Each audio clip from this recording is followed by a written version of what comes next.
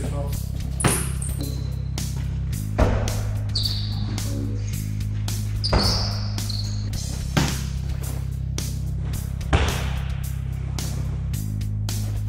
Là.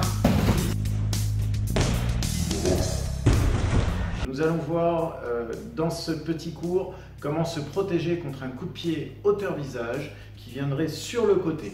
On va voir comment placer nos mains et on verra les spécificités si on a des gants de boxe ou si on combat à main nue. Le placement est légèrement différent. On verra aussi comment contrer de manière simultanée un contre qui est assez violent et un contre un petit peu moins violent qu'on pourra adapter en fonction des situations. La main qui se rapproche est celle du côté où on est frappé, donc s'il me frappe par là, je rapproche et l'autre main vient en renfort devant, ici ou là, là ou là.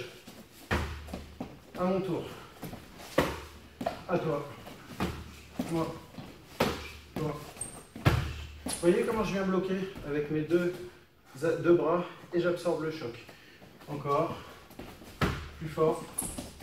Plus fort. Toutes les forces. Ok, on absorbe assez bien. Hein. Donc ça marche très bien, bien s'il te plaît, si on a les gants. Bing, encore. Bing, genre de choses, d'accord? Mais nous, on n'est pas censé avoir les gants.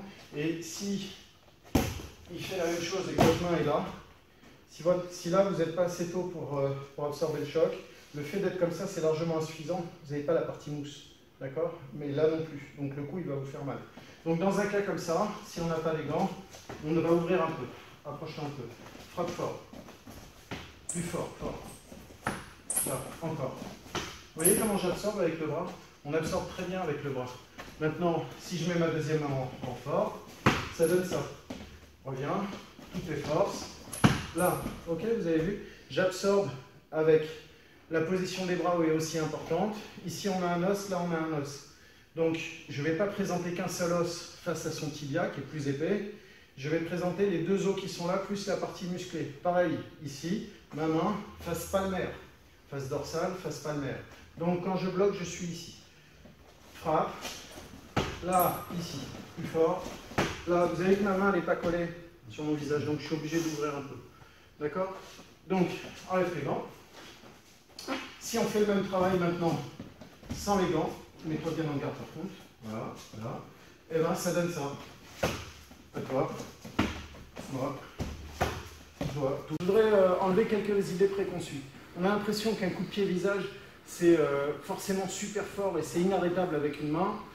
Effectivement, après, si avec deux mains même, après, s'il y a une très très grosse différence de gabarit, s'il est hyper puissant, 150 kg de plus, toujours le même exemple, et 20 kg de graisse et d'os, hein, pour moi. Si je fais ça, évidemment, il va tout arracher. Effectivement, si on est dans ce cas-là, vas-y, hop, je vais esquiver. Allez-y. Là, d'accord? Encore, je peux esquiver, partir sur l'arrière. Maintenant, si on est à peu près sur le même gabarit, ou même un peu plus fort pour lui, on peut très bien bloquer avec un bras, voire deux bras. Frappe de toutes les forces. Vous voyez? C'est pas insurmontable. Reviens, toutes les forces. Là, d'accord, on bloque très bien. Et sachez que dans un vrai combat, ça ne sera jamais aussi puissant que ce qu'il donne maintenant. Pourquoi? Parce que dans l'échange de coups, on a beaucoup moins d'appui. Là, il a le temps de bien se préparer, d'envoyer avec la force. Mais dans un échange de coups, on a beaucoup moins d'appui que ce qu'il a maintenant.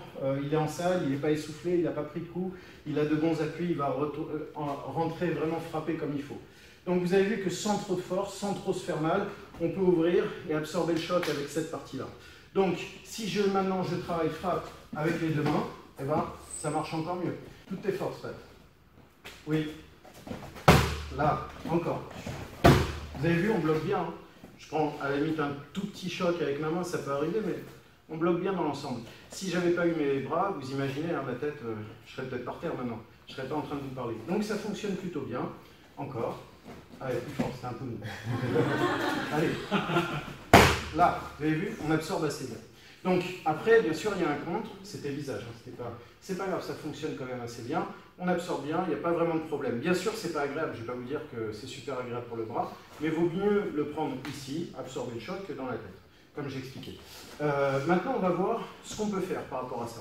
Parce que c'est bien beau, on n'a pas pris le choc, mais on va voir comment contrer. Allez, tu frappes visage doucement. Vous avez vu comment il est ouvert? Encore.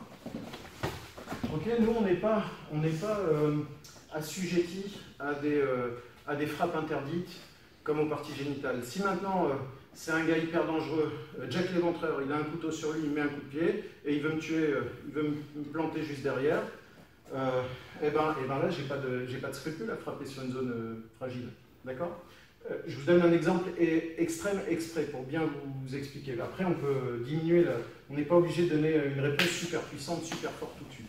Donc, on va voir la technique, elle n'est pas très compliquée. On est en garde, j'ouvre, bam, je viens piquer avec mon pied avant aux parties génitales.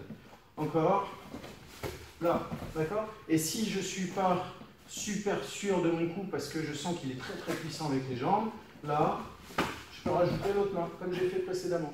L'autre côté. Donc, je ne bouge pas. Je rappelle la technique. Je suis en garde, je suis frappé ici. C'est cette main qui est du côté où je suis frappé qui va se refermer, l'autre main qui vient en renfort devant. Et je vais en profiter pour venir piquer entre les jambes. On y va. Là, bing, ici. Derrière, je peux enchaîner des coups évidemment. Une main ou deux mains. Une main. Là, ok? Encore. Bing. D'accord? C'est assez simple. Il frappe au visage, il s'ouvre. On vient frapper aux parties génitales. L'autre jambe, il change de garde. Pareil, si je suis frappé de ce côté-là, bah, j'utilise la main qui est du côté où je suis frappé. Encore. Et je peux venir contrer avec la jambe avant. Là, ici. D'accord? L'autre côté, là, ici par exemple. D'accord? J'enchaîne derrière. Alors, on va voir une autre technique. Viens pas de ce côté. Technique, alors cette technique elle n'est pas très jolie, elle n'est franchement pas esthétique, mais elle est très intéressante. Bien sûr, imaginons que maintenant il frappe au visage, je ne veux pas frapper aux parties génitales, parce que pour des raisons de morale simplement, je veux pas. C'est quand même une partie très fragile, on peut créer des hémorragies internes, des choses assez graves. Donc on n'est pas obligé, c'est comme quand vous avez, imaginons que vous avez une voiture de sport, une Porsche, vous n'êtes pas obligé d'aller à 200 km/h tout le temps, d'accord?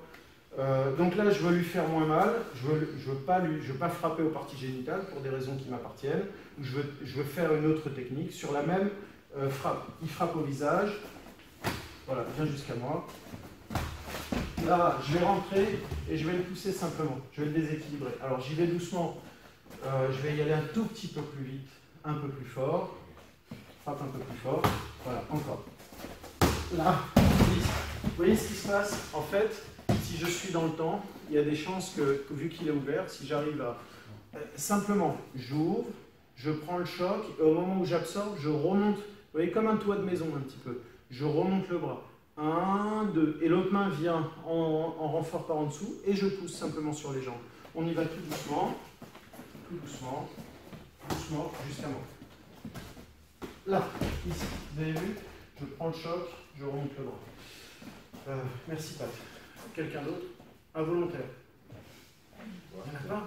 Bien, super. Là, on y va. Là, ici. Vous avez vu ce que je fais? Une fois que j'ai pris ce choc, je viens pousser. Alors, je vais y aller un peu moins fort. Par contre, tu vas frapper un peu plus fort. Là, ici. Vous avez vu, je viens simplement absorber le choc, passer par en dessous et pousser. D'accord? Donc, on a vu deux techniques. Bien s'il te plaît. La première, ici. La deuxième, ici. Derrière, je suis bien sûr en fonction de la position. Mets-toi sur le sol. Il est tombé. Vous voyez, ce qui est dangereux, c'est ses jambes. C'est un peu hors sujet, mais je vais en parler quand même un petit peu. Si j'ai poussé, je ne vais pas rentrer directement. Je vais me méfier. De préférence, je vais essayer voilà, de tourner un petit peu, frapper, d'accord, mais je ne rentre pas en ligne droite. Juste après, surtout s'il n'a pas pris le choc vraiment sur le sol. Merci beaucoup. Allez, oui, question? Dans un vrai combat, c'est aussi efficace que ça en a l'air quand tu pousses? Bah, c'est plus efficace parce que là, on a du tatami, on a des protections murales. J'y vais doucement malgré tout. Il faut comprendre un truc, c'est que plus il frappe fort, plus elle est facile à passer. Bizarrement, cette technique. On a vu ça vendredi. Contre quelqu'un qui frappait de manière assez souple et quelqu'un qui allait à fond. On a vu qu'on la passe d'autant mieux quand la frappe est donnée fortement. Donc oui, c'est plus violent que ça en réalité. Parce que ça a l'air très facile et très efficace en fait. Ah ouais, bon, bah, merci. C'est bien. J'ai pas payé, hein. Non, mais Ça pourrait donner l'impression qu'on se soit mis d'accord. Hein, tu vas le faire une traduction l'année prochaine. Ouais. T'as oublié un truc dans le texte, mais c'est pas grave.